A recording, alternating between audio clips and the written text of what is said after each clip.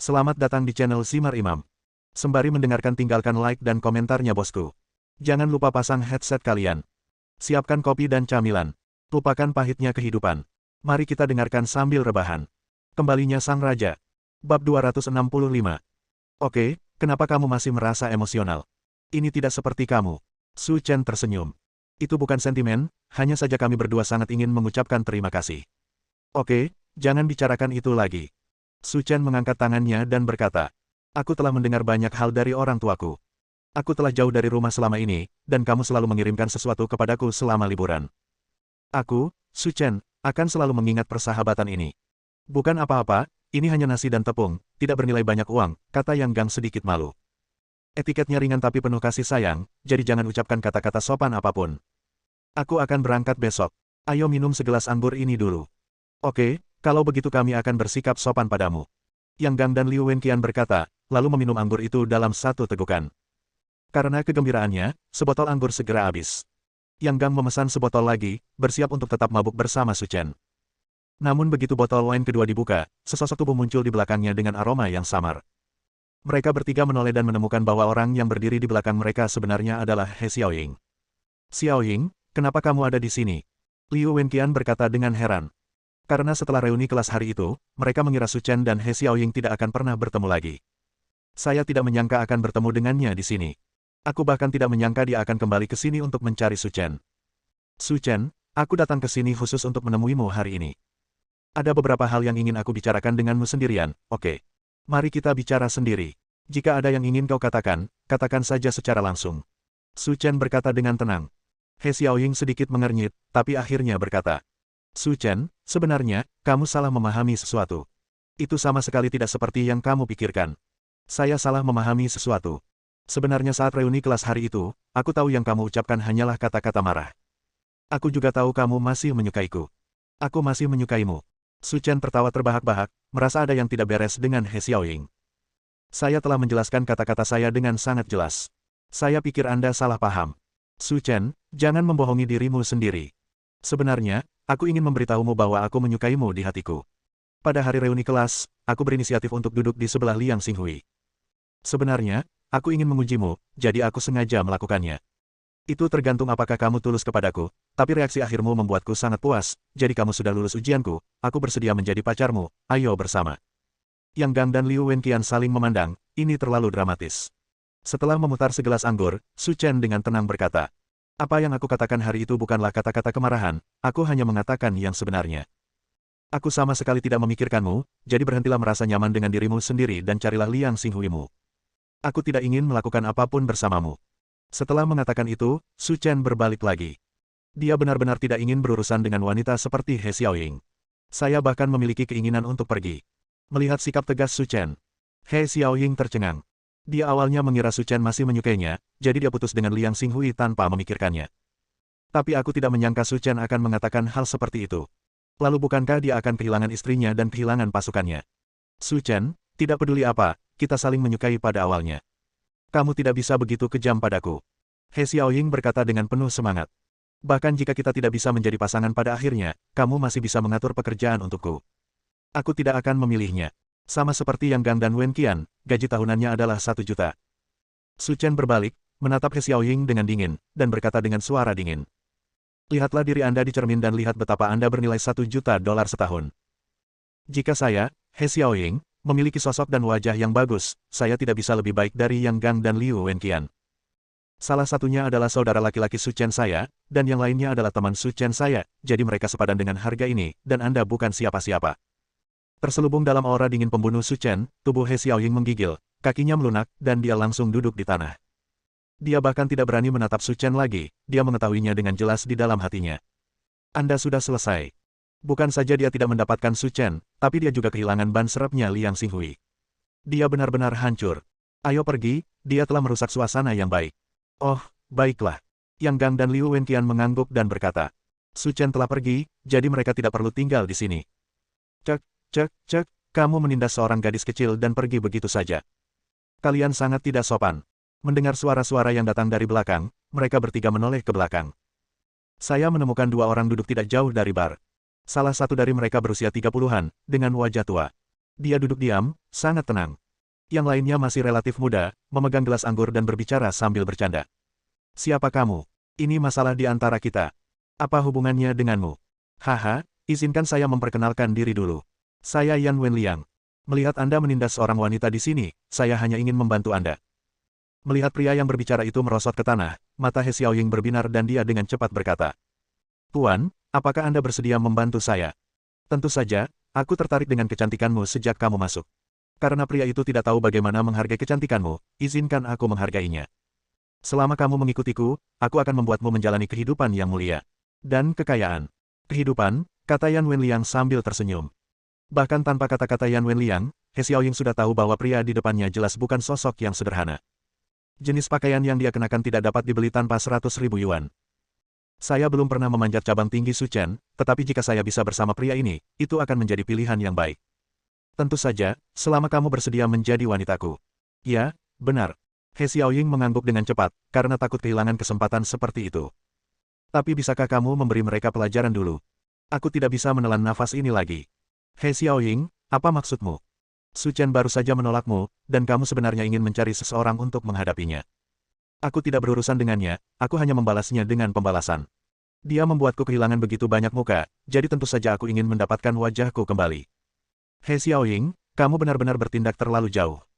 Awalnya, aku ingin memohon belas kasihan atas namamu, tapi aku tidak menyangka kamu akan melakukan hal seperti itu.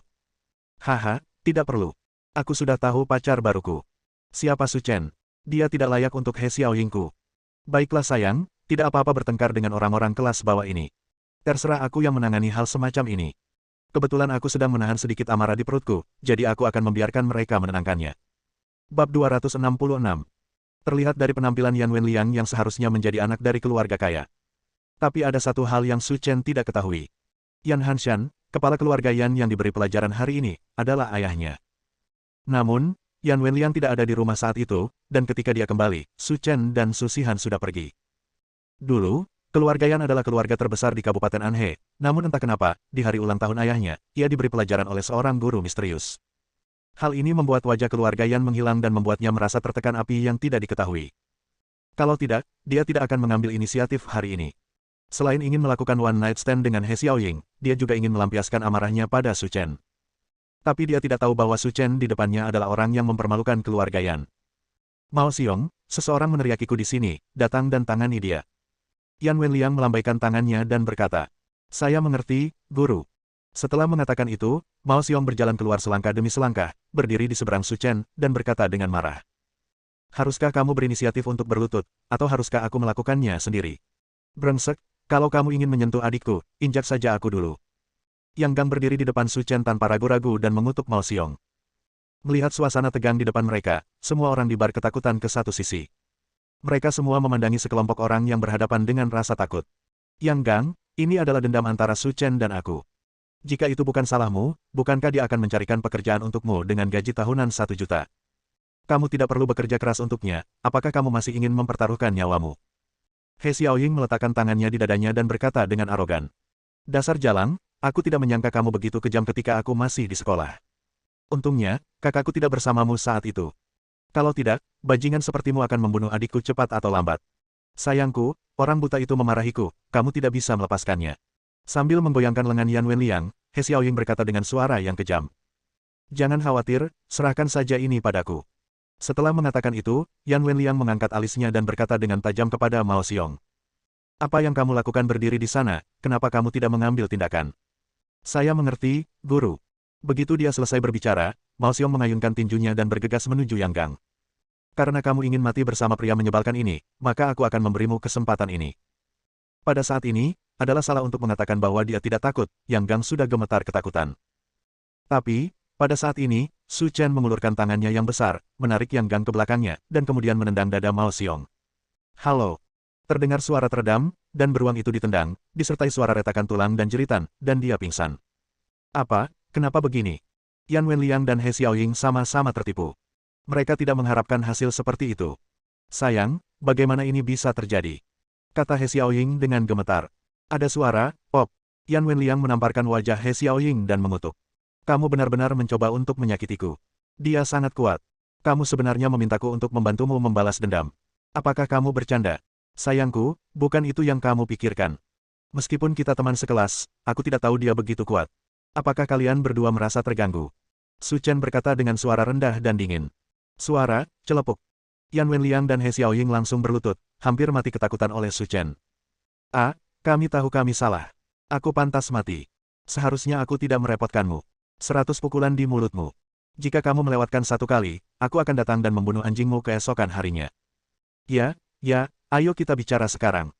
Kemudian, seluruh bar bergema dengan tamparan keras hingga larut malam. Setelah pulang ke rumah, orang tua Su Chen pun berbaring lebih awal, tidak berani bersuara terlalu keras dan kembali ke kamarnya untuk tidur. Keesokan paginya, Zhao Qingning bangun pagi untuk mengemas barang-barang Su Chen, dan ekspresinya tidak terlalu bagus. Iya, aku akan ke Linyang, bukan untuk mati. Kenapa kamu terlihat sedih sekali? Apalagi jaraknya tidak jauh, dan kita bisa bertemu kapan saja. Kamu tidak harus seperti ini. Bagaimanapun, masih lebih dari 4 jam perjalanan dari Linyang ke Kabupaten Anhe, dan ini bukan hanya masalah waktu. Zhao Qingning menghela nafas. Jika kamu bisa pindah ke tempatku, kamu tidak perlu mengkhawatirkanku lagi. Bagaimana caranya? Kamu sekarang berbagi kamar dengan gadis itu, Ruohan. Bagaimana aku bisa pergi? Mari kita tunggu sampai nanti. Kalau begitu terserah kamu, aku tidak peduli. Ya. Setelah mengatakan itu, Zhao Qingning juga membereskan barang-barangnya dan menyerahkan kotak pengatur ke tangan Su Chen. Bawalah ini bersamamu. Su Chen sedikit mengernyit, Bu, Linyang punya segalanya. Jika aku kekurangan sesuatu, aku bisa membelinya saja. Tidak perlu membawanya. Aku tahu Linyang memiliki segalanya, jadi ini bukan untukmu. Bukan untukku. Semua yang ada di dalam adalah untuk Ruohan. Kita sudah berbicara di telepon sebelumnya. Tolong segera bawa kembali padanya. Su Chen. Karena saya tahu Su Chen berada di Linyang dan menjalani kehidupan yang baik sekarang, saya tidak merasa terlalu sedih dengan perpisahan ini. Hanya saja Ibu Su menangis terseduh-seduh, sedangkan Ayah Su tersenyum lebar. Justru karena kejadian inilah Su Changming kembali dan tidur di sofa selama 3 hari. Mobil Su Chen hancur, dan Su Sihan mengirim seseorang untuk mengirimkan BMW M6 lagi, yang persis sama dengan aslinya. Namun, begitu mobil lepas landas dan tidak jauh, ponsel Su Chen berdering. Ketika saya mengambilnya dan melihatnya, saya menemukan bahwa itu adalah panggilan Yang Gang. Namun, ketika telepon diangkat, Su Chen mendengar cibiran. Su Chen, aku tidak melihatmu sepanjang malam. Menurutku kamu belum melupakan siapa aku. Kamu adalah Yan Wenliang. Ingatan Su Chen jauh melampaui orang biasa, dan kemampuannya mengenali suara juga lebih unggul dari orang lain, jadi dia langsung mendengar siapa lawan bicaranya. Benar, ini aku. Aku tidak menyangka akan menemukanmu. Mata Su Chen menyipit, memperlihatkan semburan niat membunuh. Kenapa kamu punya nomor telepon Yang Gang di tanganmu? Haha, idiot, bukankah masalah ini sederhana? Tentu saja aku menculiknya untuk mendapatkannya. Menggambarnya, jika bisa, bunuh aku dan jangan membuat masalah untuk saudaraku. Anda dapat mendengar auman Yang Gang melalui telepon. Retakan. Mendengar suara cambuk dicambuk, Yan Wenliang mengutuk, berikan padanya. Diam. Setelah aku menangkap Su Chen yang kalah itu, aku akan mengirimmu pulang bersama.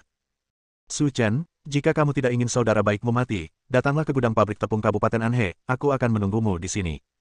Bersambung.